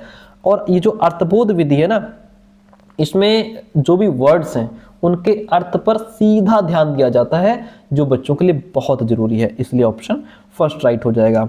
41 देखिएगा, कविता मूल में जीवन की आलोचना है, यह किसका कथन है? यह कथन भारतेंदु जी का है। किसका है सर? भारतेंदु जी का स्टेटमेंट है। गद्य शिक्षण में विद्यार्थियों के कौशल कैसे विकसित किए जाते हैं? गद्य शिक्षण में पठन और समझ के माध्यम से, लेखन बोलचाल के माध्यम से, समालोचना विमर्श की, या फिर उपरोक्त सभी। तो कुल मिलाकर के गद्य शिक्षण में जो है वो पठन और समझ के माध्यम से कौशल विकसित किए जा सकते हैं। पठन और समझ का मतलब पहले जो है चैप्टर को पढ़ा दिया गया, रीड कर लिया गया, या साइलेंट रीडिंग हो गई, उसके बाद जो है कि फिर बच्चा उसको कैसे समझ रहा है, ये स्किल डेवलप की जाती है। लेखन और बोलचाल भी आता है भाई, पाठ पढ़ने के बाद बालक उस पर डिस्कशन करते हैं, है ना, बोलचाल यानी कि वार्तालाप करते हैं, और जो चैप्टर है उसका समरी क्या है उसको अपने शब्दों में लिखते हैं, क्वेश्चंस के आंसर खुद फाइंड आउट करते हैं। इससे उनकी जो समझ है बेहतर होती है। समालोचना और विमर्श की बात करें तो यहाँ पे बालक जो है चैप्टर्स के पीछे का उद्देश्य क्या है, जो राइटर ने जो भी कुछ लिखा है वहाँ पे राइटर का मोटिव क्या है, तो बालक अपनी खुद की सोच लगाता है, विचार विमर्श करता है। कुल मिलाकर के यहाँ पे ऑप्शन आपका जो डी है वह राइट हो जाएगा। गद्य शिक्षण में विद्यार्थियों के ये सभी कौशल विकसित किए जाते हैं, ऑप्शन डी राइट हो गया। 43 देखिएगा, गद्य शिक्षण में सामग्री का चयन क्यों महत्वपूर्ण है? को गद्य शिक्षण में जो सामग्री चुनी जाती है किसके लिए? प्रेरणादायकता के लिए, समझ और इंटरेस्ट के लिए, सारांश के लिए, उपयुक्त सभी। तो इसमें भी आपका ऑप्शन डी राइट हो जाएगा भाई, प्रेरणादायकता के लिए। मतलब देखिए गद्य का उद्देश्य है कि बालक के चरित्र का भी निर्माण किया जाए, है ना, और उन्हें जीवन के प्रति एक पॉजिटिव पर्सपेक्टिव दिया जाए, कि सकारात्मक दृष्टिकोण देना है। इसलिए ऐसी सामग्री चुनी जाती है जो महापुरुष हैं उनके जीवन, उनके नैतिक मूल्यों से बच्चों को प्रेरित किया जा सके। तो प्रेरणादायकता के लिए भी मटेरियल चुना जाता है कि हाँ सही मटेरियल चुने, ताकि बच्चे इंस्पायर्ड हो उनको समझ करके। समझ और रुचि के लिए यहाँ पे ये भी इम्पॉर्टेंट हो जाता है कि जो भी सामग्री हम चुने वो बच्चों के समझ के अनुसार हो, उनसे परे ना हो, है ना, जो उनको समझ ही ना आए। इंटरेस्ट, ऐसी सामग्री चुने जिसमें बालक इंटरेस्ट रखे, है ना, बच्चों को पढ़ने में रुचि पैदा हो। और सारांश के लिए भाई गद्य शिक्षण के माध्यम से बालक किसी भी लंबे सब्जेक्ट को, टॉपिक को पढ़ करके उसके मुख्य भावों को निकालना और समरी में कहना सीखते हैं। इसलिए अच्छी सामग्री इस स्किल्स को डेवलप करने में भी हेल्प करती है। कुल मिलाकर के यहाँ पर जो आपका ऑप्शन डी है वह राइट हो जाएगा। गद्य शिक्षण में उपयुक्त पाठ में किस तरह की गद्य शामिल की जाती हैं? गद्य शिक्षण में आपको बता दें, साधारण और साधक, विशेष और सम्मानित, मतलब विशेष लोगों की कहानियां इसमें इंक्लूड की जाती हैं, रोचक, रोमांच से भरी कहानियां हों। तो कुल मिलाकर के ये सभी चीज़ें यहाँ पे इंपॉर्टेंट हो जाती हैं। ये सभी तरह की गद्य इसमें शामिल की जाती हैं। ओके, 45 देखिएगा, संगीत में विचार को ही पद्य कहते हैं। ये किसका स्टेटमेंट है? ये हमारा कार्लाइल का स्टेटमेंट है। किसका है? संगीत में विचार को ही पद्य कहते हैं, कार्लाइल का स्टेटमेंट है। 46 क्वेश्चन देखिएगा, पद्य शिक्षण का मुख्य उद्देश्य क्या है? पद्य शिक्षण का मुख्य उद्देश्य क्या है? कविता के सुंदर शब्दों को समझना, कविता के रस और भाव को महसूस करना, कविता की भाषा के तकनीकी पक्षों को समझना, या फिर कविता के चित्रों को बनाना। आपको बताते चले पद्य शिक्षण, यहाँ पे बात किसकी हो रही है सर? पोएट्री की बात हो रही है, कविताओं की बात हो रही है। तो यहाँ पे कविता के रस और भाव को महसूस करना, यही पद्य शिक्षण का मुख्य उद्देश्य होता है। कविता का मुख्य तत्व क्या है? उसका आनंद लिया जाए, उसमें छिपे भाव समझे जाएं, है ना। एक टीचर का सबसे बड़ा मोटिव यही होता है कि विद्यार्थी कविता को पढ़कर उसके रस का आनंद ले सके और कवि की भावनाओं से जुड़ सकें। ऑप्शन बी आपका यहाँ राइट हो जाता है।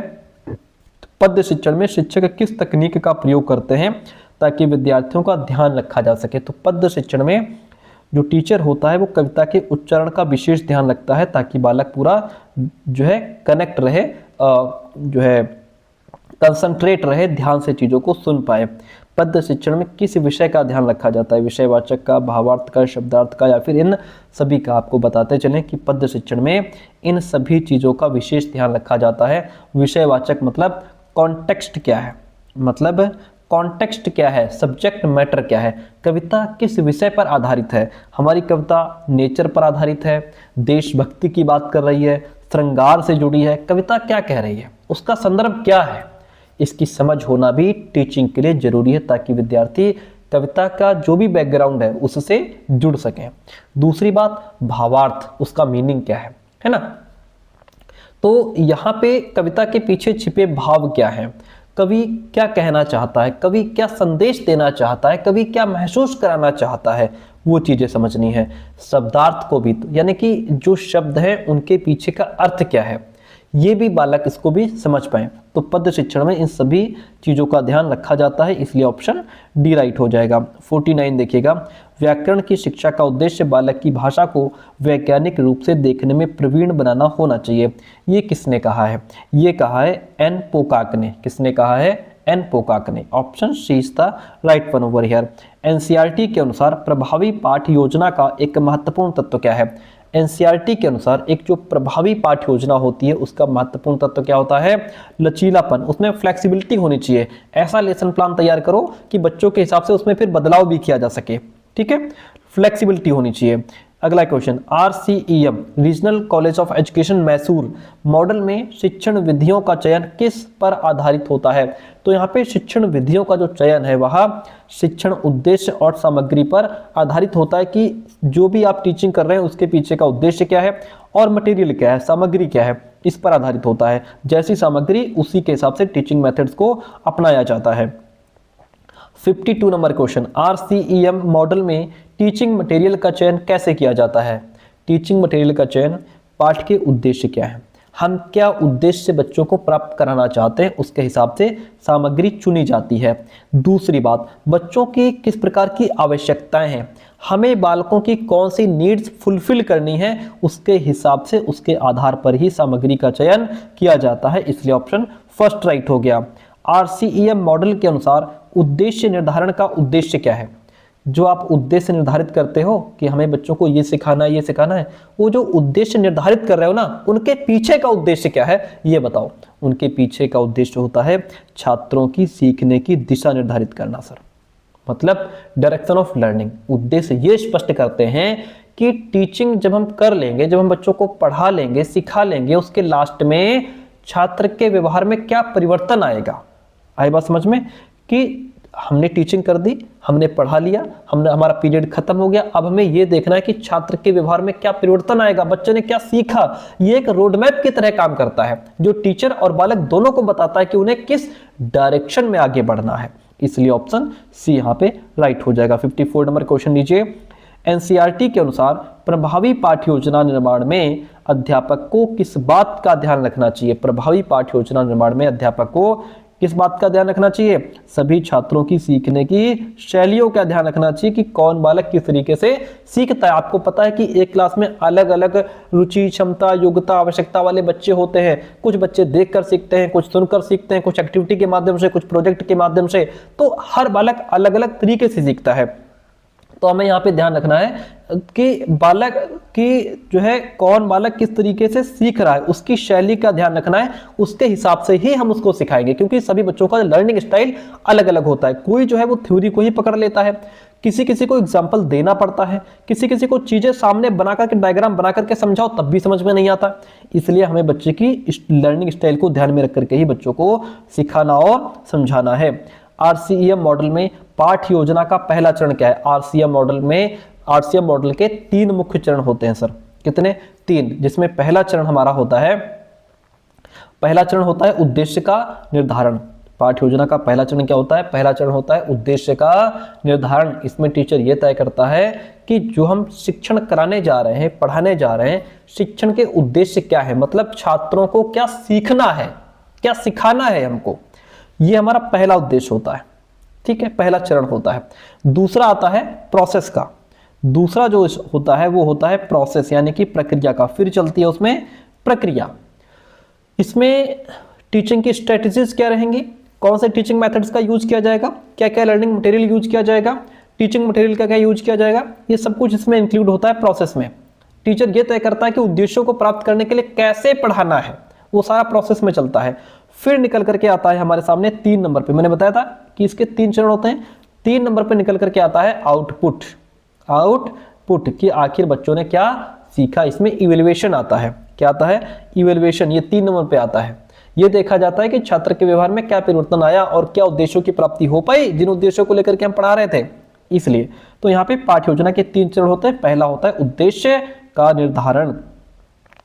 ब्लूम की टैक्सोनॉमी समझना स्तर पर क्या किया जाता है। ब्लूम की जो टैक्सोनॉमी है उसमें समझना स्तर पर क्या किया जाता है। समझना जो स्तर है, इस पर जानकारी की व्याख्या और उदाहरण दिए जाते हैं। सर, इस स्तर पर छात्र केवल फैक्ट्स को याद नहीं रखता बल्कि उनका अर्थ भी समझता है। वो जानकारी को अपने शब्दों में एक्सप्लेन कर सकता है, उसकी समरी दे सकता है और अपनी ओर से वो एग्जाम्पल्स भी दे सकता है। तो जानकारी की व्याख्या और उदाहरण देना इसमें इंक्लूड है। 57 देखिए, एनसीईआरटी के अनुसार प्रभावी पाठ्य योजना का मुख्य उद्देश्य क्या होता है। प्रभावी पाठ्य योजना का मुख्य उद्देश्य होता है कि बच्चों का इंटरेस्ट बढ़े, सीखने के प्रति बच्चे आनंद ले सकें। ठीक है, अगला क्वेश्चन, सतत और व्यापक मूल्यांकन। कंटिन्यूअस एंड कॉम्प्रिहेंसिव इवैल्यूएशन में सह शैक्षणिक गतिविधियों का महत्व क्यों है। सह शैक्षणिक का मतलब, जैसे एक तो आपकी शैक्षणिक हो गई जो आप अपने सब्जेक्ट से रिलेटेड पढ़ रहे हो, वो आपकी शैक्षणिक हो गई। सह शैक्षणिक जैसे उनके साथ में जो आपसे एक स्कूल में एक्टिविटीज कराई जाती हैं, खेल कूद हो रहा है, कोई प्रोजेक्ट हो रहा है ना, इस तरीके की जो गतिविधियां होती हैं वो सह शैक्षणिक होती हैं। इनके पीछे का उद्देश्य क्या है, तो आपको बता दें, सतत और व्यापक मूल्यांकन का मुख्य उद्देश्य होता है बच्चे को केवल किताबी ज्ञान को नहीं बल्कि उसके होलिस्टिक डेवलपमेंट को परखना, यानी कि बच्चे का सर्वांगीण विकास करना।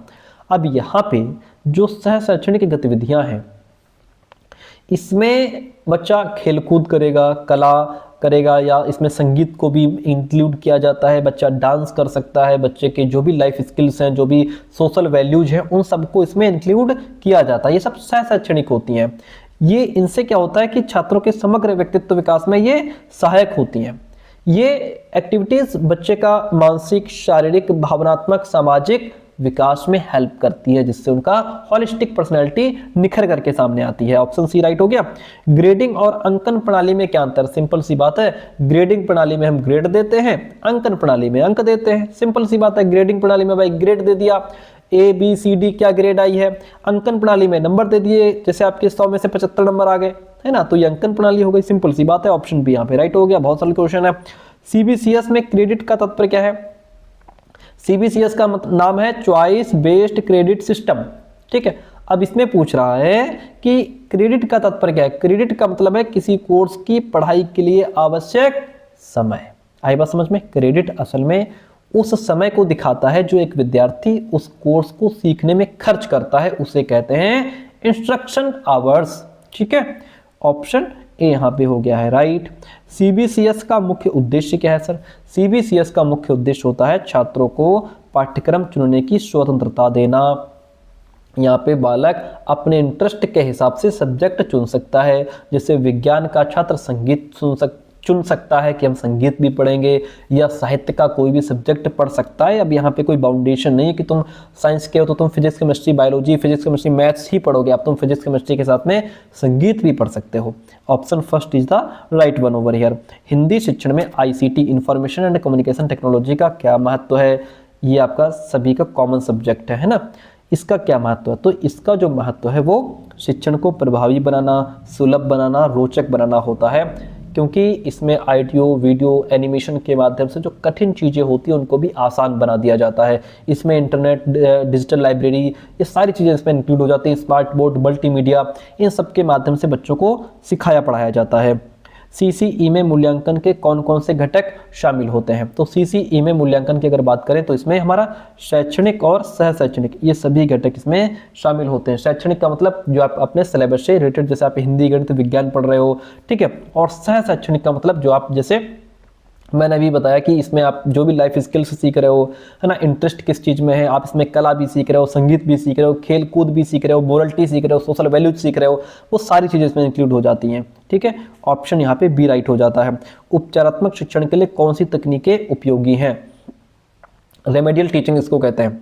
तो उपचारात्मक शिक्षण, इसका मुख्य उद्देश्य उन कमियों को दूर करना है जो विद्यार्थी के लर्निंग प्रोसेस में रह गई है, यानी कि सीखने की प्रक्रिया में जो भी कमी रह गई है ये उसको दूर करता है। ठीक है, इसमें क्या होता है, बच्चे पर व्यक्तिगत ध्यान दिया जाता है, यानी इंडिविजुअल अटेंशन। हर बच्चे की सीखने की समस्या अलग अलग होती है। उपचारात्मक शिक्षण में टीचर प्रत्येक बच्चे की विशेष कठिनाई को पहचान कर उसे व्यक्तिगत रूप से मार्गदर्शन देता है कि भैया ये ऐसे नहीं ऐसे होगा, उसको इंडिविजुअली सिखाया जाता है बच्चे को। फिर पुनः शिक्षा यानी कि रीटीच करता है टीचर। अगर किसी छात्र को कोई कॉन्सेप्ट समझ में नहीं आया है तो उसे सरल तरीके से या किसी अन्य टीचिंग मेथड से दोबारा पढ़ाया जाता है। अतिरिक्त अभ्यास कार्य, एक्स्ट्रा प्रैक्टिस करवाई जाती है। जो भी चीज है उसको पक्का करने के लिए छात्र को उस सब्जेक्ट से रिलेटेड एक्स्ट्रा काम भी दिया जाता है, एक्स्ट्रा टाइम भी दिया जाता है, एक्स्ट्रा उससे प्रैक्टिस करवाई जाती है ताकि वो उसका कॉन्सेप्ट क्लियर हो सके। ये सारी चीजें अपनाते हैं। ऑप्शन सी यहाँ पे बेस्ट ऑप्शन हो जाएगा। उपचारात्मक शिक्षण का मुख्य उद्देश्य क्या है? उपचारात्मक शिक्षण का मुख्य उद्देश्य होता है छात्रों की शैक्षणिक कमजोरियों को पहचान करके उन्हें दूर करना। यहाँ पे अगर निदान होता तो निदान का मतलब पहले कमजोरियों को पहचानेगा, फिर जब उसको दूर करेंगे तो उसे उपचार कहते हैं। ठीक है, उपचारात्मक का मतलब ये होता है शैक्षणिक कमजोरियों को पहचान करके उन्हें दूर करना। ई लर्निंग हिंदी शिक्षण में किस प्रकार सहायक है? जो ई लर्निंग है वो हिंदी शिक्षण में कैसे किस प्रकार सहायक हो पाएगी? तो ये हमारा शिक्षण को रोचक और प्रभावी बना देता है। सर ई लर्निंग क्या होती है? ई लर्निंग के माध्यम से जो भी कहानियां हैं, जो कविताएं हैं, जो भी व्याकरण है उसको वीडियो के माध्यम से दिखाया जाता है। सही, यानी कि इसमें इंटरनेट का प्रयोग होगा। उनको एनिमेशन के माध्यम से, चित्रों के माध्यम के जरिए, मल्टीमीडिया के जरिए पढ़ाया जाता है, जिससे छात्र टॉपिक में ज़्यादा इंटरेस्ट ले सकते हैं।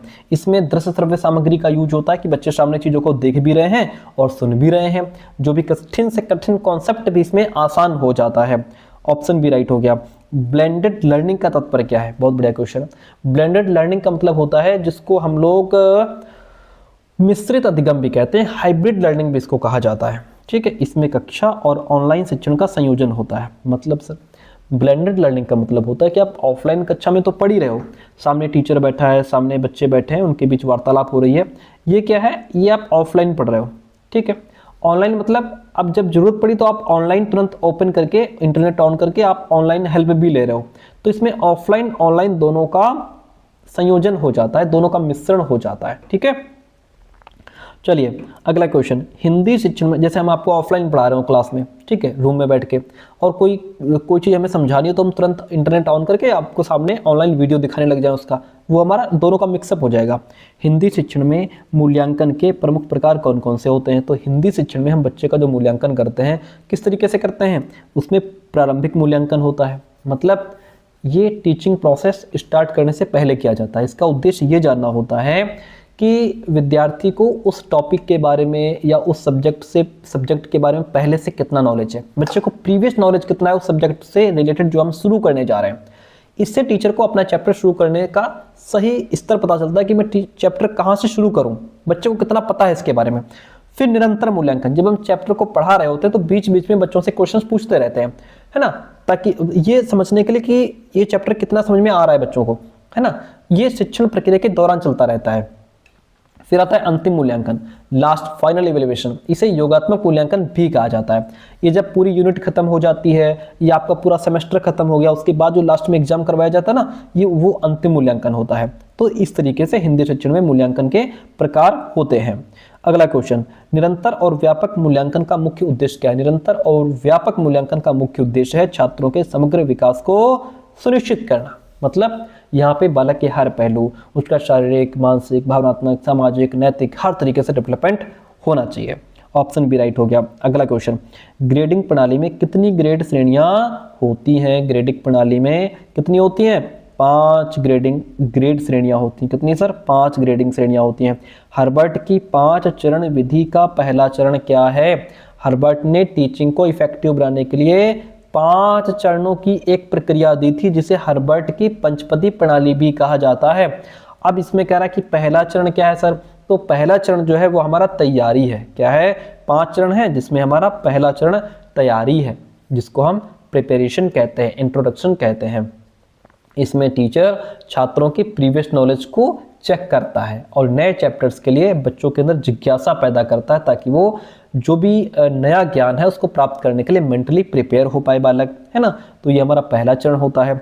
ये हमारा दूसरा चरण होता है प्रेजेंटेशन। इसमें टीचर जो है वो छात्रों के सामने जो भी नई पाठ्य सामग्री लेकर के आए हैं पढ़ाने के लिए, उसको प्रेजेंट करते हैं, ठीक है।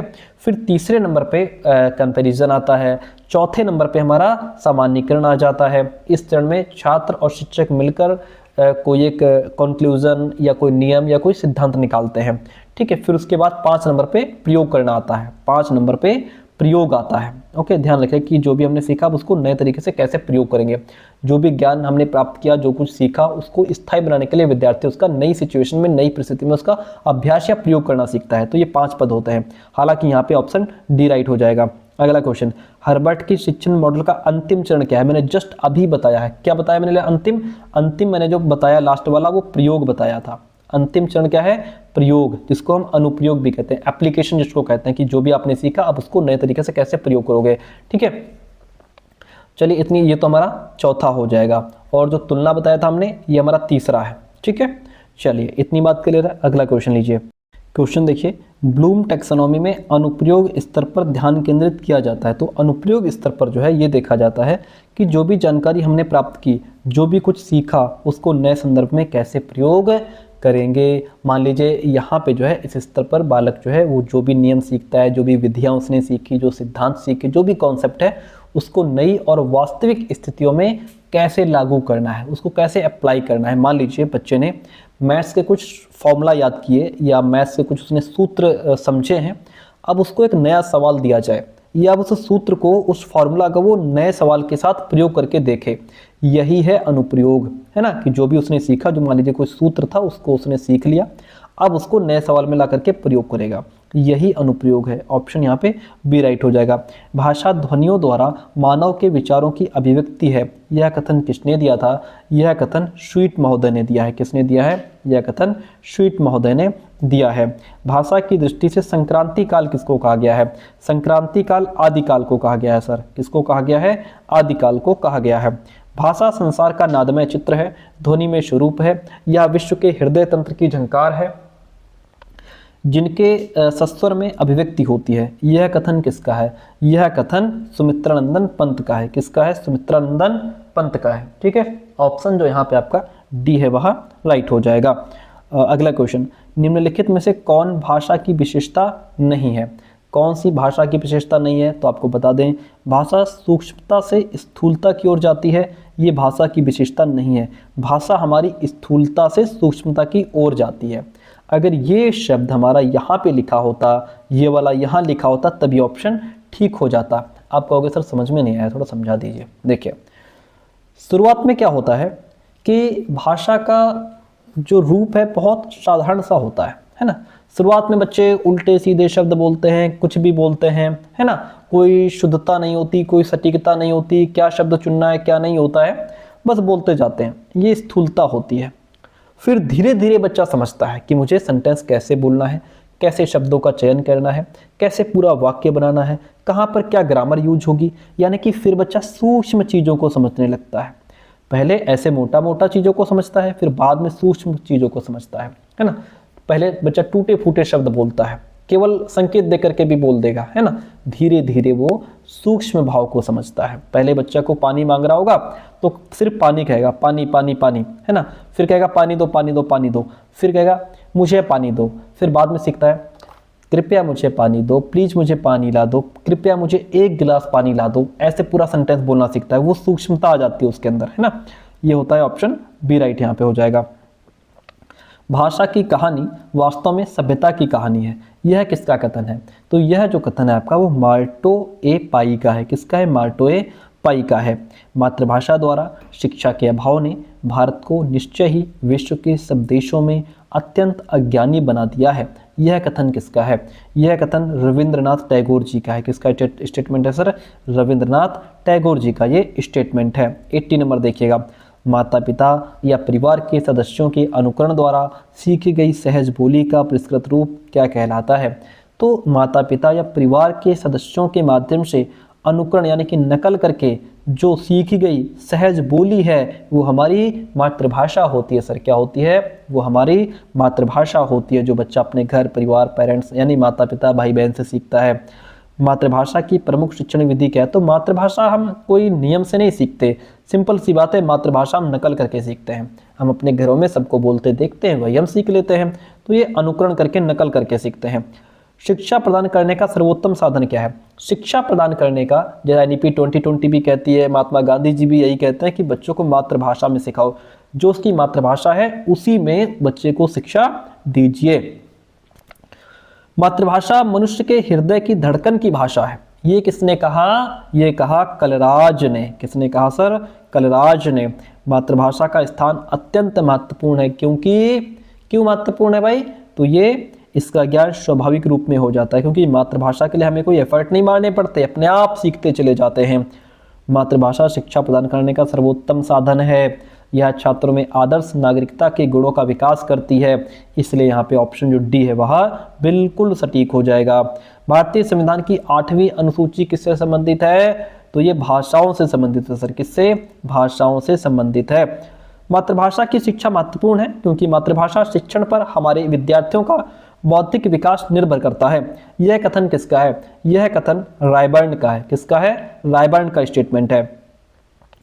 प्रादेशिक भाषा शब्द का प्रयोग भारत के संविधान में भाग 17 के किस अनुच्छेद में किया गया है? तो भाग 17 के अनुच्छेद 45, 46, 47 सभी अनुच्छेद में किया गया है, इसलिए ऑप्शन यहाँ पे डी राइट हो जाएगा। 88 नंबर क्वेश्चन, पुस्तक उठा दो, इसमें क्या है? पुस्तक उठा दो, इसमें निश्चयवाचक विश्लेषण है। क्या है? निश्चयवाचक विश्लेषण। हालांकि इस पर बात उठी थी कि ये क्वेश्चन थोड़ा डाउटफुल है, क्योंकि इसमें निश्चय भी पूरा नहीं हो पा रहा है, और जहाँ तक ये इम्परेटिव सेंटेंस है, लेकिन उसके बावजूद भी आंसर की में इसको यही माना गया था कि निश्चयवाचक विश्लेषण, यहाँ पे आंसर इसका राइट हो जाएगा। मातृभाषा का सिद्धांत क्या होता है? मातृभाषा का एक ही सिद्धांत है, और वो सिद्धांत क्या है? क्रियाशीलता। बच्चा खेल खेल में सीख लेता है, प्रैक्टिस करके सीखता है, नकल करके सीखता है, तो ऑप्शन यहाँ पे जो डी है वह राइट हो जाएगा। अच्छा, यहाँ पे जैसे क्रियाशीलता की बात आई, एक्टिविटी की बात आई, तो भाषा सीखने में यहाँ पे छात्र एक्टिव होता है, बालक एक्टिव होता है। जब बालक बातचीत करता है, खेल कूद करता है, बाकी एक्टिविटीज़ करता है, तो उसमें एक्टिव होकर के पार्टिसिपेट करता है, तो ये भाषा वो अपने तरीके से बस यूं ही सीख लेता है। अभ्यास, देखिए भाषा जो है वो एक स्किल है, जिसे जितना अधिक बोला या सुना जाएगा उतनी ही ज़्यादा उसमें निपुणता आएगी। बच्चा उतना ज़्यादा उसमें स्किलफुल हो जाएगा, निपुण हो जाएगा। बार बार शब्दों का प्रयोग और प्रैक्टिस भाषा को स्थायी बना देता है। अनुकरण, बच्चा सबसे पहले अपने पेरेंट्स, आसपास के लोगों को बोलते हुए सुनता है, उन्हीं की नकल करके बोलना सीख लेता है। ये मातृभाषा सीखने का सारे सिद्धांत हैं। ऑप्शन जो डी है वो यहाँ पे राइट हो जाएगा। पाठ को रुचिकर बनाने के लिए हिंदी अध्यापक को किस बात का ध्यान रखना चाहिए? अगर पाठ को रुचिकर बनाना है तो आप श्रव्य दृश्य उपकरण का प्रयोग करो, जो सिखा रहे हो सामने दिखाओ भी और पढ़ाओ भी। चित्र का यूज करो, एग्जाम्पल्स देते रहो, खेल खेल में बच्चों को सिखाओ, एक्टिविटी के माध्यम से सिखाओ, तो ये सारे तरीके अपनाओ तो बच्चे पढ़ने में इंटरेस्ट लेगा। भाषा एक कौशल है और इसका विकास अभ्यास पर ही निर्भर है। यह किसका कथन है? यह थॉर्नडाइक का स्टेटमेंट है। किसका है सर? थॉर्नडाइक का स्टेटमेंट है। भाषा शिक्षण का डैश अंग है, तो भाषा शिक्षण का ग्रहण और अभिव्यक्ति ये दोनों ही अंग माने जाते हैं। ग्रहण का मतलब यहाँ पे है कि भाषा को स्वीकार करना या उसको समझ लेना। हम दूसरों की बात सुन करके या पढ़ करके जानकारी प्राप्त करते हैं, मतलब ग्रहण कर रहे हैं। फिर होता है उसको एक्सप्रेस कैसे करना है, आउटपुट कैसे देना है, मतलब अपने विचारों को दूसरों तक पहुंचाना। हम बोलकर या लिखकर अपनी बात अभिव्यक्त करते हैं, इसे अभिव्यक्ति या फिर अभिव्यक्त्यात्मक कौशल भी कहा जाता है, इसलिए ऑप्शन सी राइट हो जाएगा। भाषा को पहले बोलचाल के माध्यम से पढ़ाना चाहिए, किसका विचार है? ये स्टेटमेंट जॉन लॉक का है। किसका है? जॉन लॉक का स्टेटमेंट है। सीबीसीएस का पूरा रूप क्या है? सीबीसीएस का पूरा रूप हमारा होता है चॉइस बेस्ड क्रेडिट सिस्टम। क्या होता है? Choice based credit system.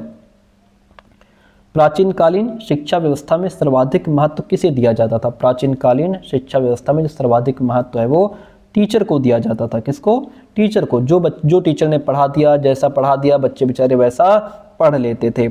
मातृभाषा शिक्षण की विधि अनुकरण विधि है, ठीक है, कि बच्चा नकल करके भाषा सीख लेता है। ठीक है। अच्छा, इसमें अनुकरण, मातृभाषा शिक्षण की जो विधि है वो अनुकरण भी है, व्याकरण भी है, अभ्यास भी है। हाँ, अभ्यास प्रैक्टिस से बच्चा सीखता है ना, इसलिए यहाँ पे सारे ही ऑप्शंस राइट हो जाएंगे। ऑप्शन डी राइट हो गया। व्याकरण शिक्षण की सही विधि क्या है? देखिए, व्याकरण सिखाने के लिए यहाँ पे आगमन, निगमन, तो कुल मिलाकर के आगमन और निगमन दोनों ही विधियों का प्रयोग किया जाता है, ठीक है। आगमन की बात करें, इंडक्टिव, इसमें टीचर पहले बच्चों को बहुत सारे एग्जांपल्स देता है, फिर नियम बताता है। निगमन में पहले नियम बताता है फिर उदाहरणों का प्रयोग करता है। जब इन दोनों का मिश्रण हो जाता है, जब ये दोनों मिल जाते हैं आपस में, तो बच्चा पहले नियम को समझता है आगमन के द्वारा, फिर उसका भरपूर अभ्यास करता है निगमन के द्वारा। इसे व्याकरण का ज्ञान स्थायी और स्पष्ट हो जाता है। ऑप्शन सी राइट हो गया। 98 खेल विधि को निश्चित रूप से किसने प्रदान किया था? खेल विधि को निश्चित रूप से कुक ने प्रदान किया था। आज का सेकंड लास्ट क्वेश्चन, निम्न में से कौन सा भाषा शिक्षण का सिद्धांत नहीं है? आपको बताते चले भाषा शिक्षण का सिद्धांत जो है वो कृत्रिमता का सिद्धांत नहीं है। बाकी स्वाभाविकता, भाषा बालक जो है वो स्वाभाविक रूप से सीखता है, एक्टिविटी के माध्यम से सीखता है, प्रयत्न के माध्यम से भी सीखता है। ऑप्शन बी यहाँ पे राइट हो जाएगा। आज का लास्ट क्वेश्चन, निम्नलिखित में से कौन शिक्षण सूत्र में नहीं आएगा? आपको बताते चले कि देखिए अमूर्त से मूर्त की ओर शिक्षण सूत्र में नहीं आता है। हम पहले बच्चों को मूर्त रूप में चीज़ें सिखाते हैं, फिर अमूर्त लेकर के चलते हैं, इसलिए यहाँ पे गलत लिखा हुआ है। ठीक है, तो ये हमारा आज का 2025 का प्रीवियस ईयर क्वेश्चन पेपर था।